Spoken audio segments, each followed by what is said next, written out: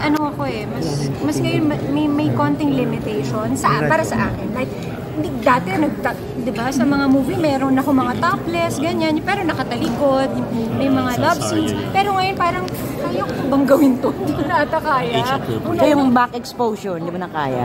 Ikaw na nag-limit sa sarili. O Jen, para sa mga anak ko, parang ano rin, ayoko rin na lumaki sila na maan. Kissing scene, pwede pa. Kissing scene. Pero si Dennis ba hindi seloso? Hindi naman. Nasa lugar naman. Jen, last time na interview ko si Dennis, di ba? Sabi niya, proud. Oo, na-interview ko si Dennis, ano. Sabi niya gano'n, proud siya sa'yo kasi ikaw daw mismo nag-iimpake ng mga damit niya, nagliligpit, ganyan. Dapat gano'n. Dapat gano'n. Ganun ka ba? Hindi. Dapat gano'n, Tita Julie. Hindi ako gano'n. Kayo ba gano'n? Para alam mo kung may naisingit bang panty pa rin natin sila, gano'n. Hindi naman po pagkasawa na papabayaan. Kahit hindi mo naman daw kailangan gawin, ginagawa mo. Proud. Ngayon. Nalagaan pa rin natin. Okay na. Tapos na yung kasal, di ba? May plano ba ng church wedding? Wala pa po. Siguro pag ano na namin, 10th year, ganyan. Talaga? Pwede mag-renew ng vows. I-invite ka na. Talaga?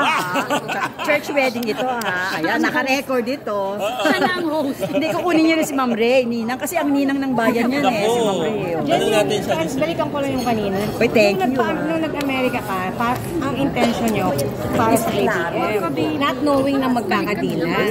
Actually, ano na po yan kunyari, October po kasi yun mangyayari, yung implant eh. By September, ka-meeting ko na yung family. May meeting na kasi. Surrogate to. Opo. Hindi pa to IVF. Hindi pa po nakaschedule na yung implant para sa baby. Schedule na yung implant. Tapos biglang, buntis ako. Oo nga, di ba? Di ba nasa vlog nyo? Opo.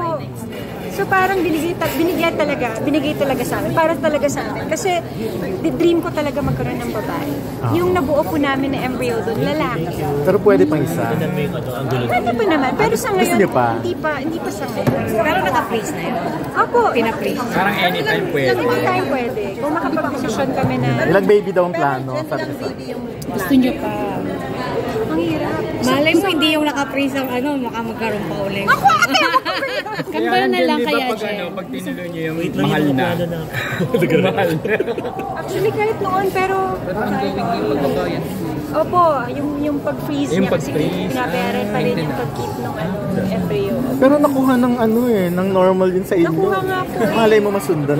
Siguro dahil dun sa, nung pumunta ako ng US para gawin yan, may mga injections ako, may mga medication. Siguro nadala ko siya sa Na-enhance. Pero lalo kung gumaganda. Pero wala na po kayong Anong madalas mong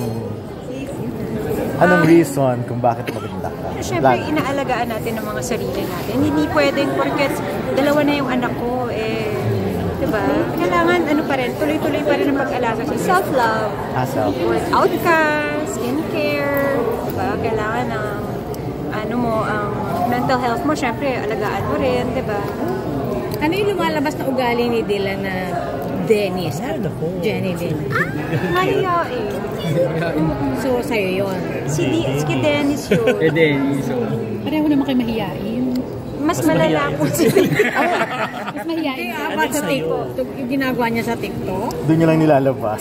Pero sa TikTok man siya kahit ako ayaw niyang nanonood pagka tinatago niya. Tatago siya para gawin yun. Kasi mahihiya siya pagka nandun ako. Ano reaction ng mga anak mo? Yung malalaki na. Sa ginagawa niyo pag-TikTok. Wala, natatawa lang sila.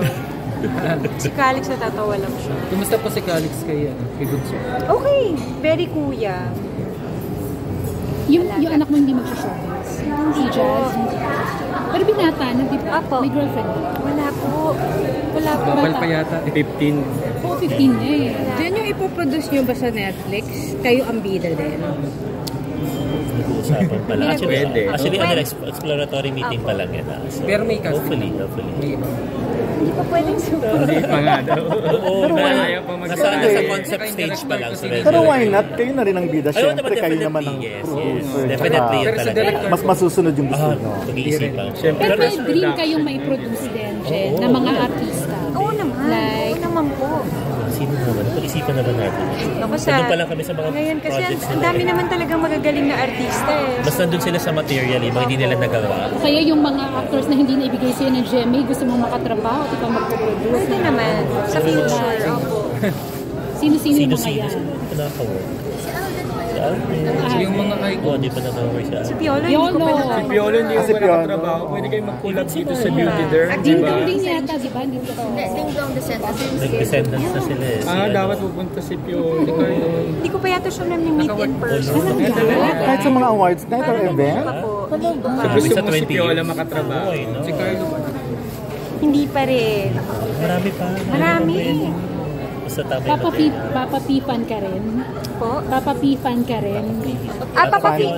Papapin. Oo naman, lahat naman tayo dumaan doon. Yung mga Judy and Piolo, yung mga ganon, di ba? Fan ko dati. Ayan, may moment si Piolo. Thank you, Miss.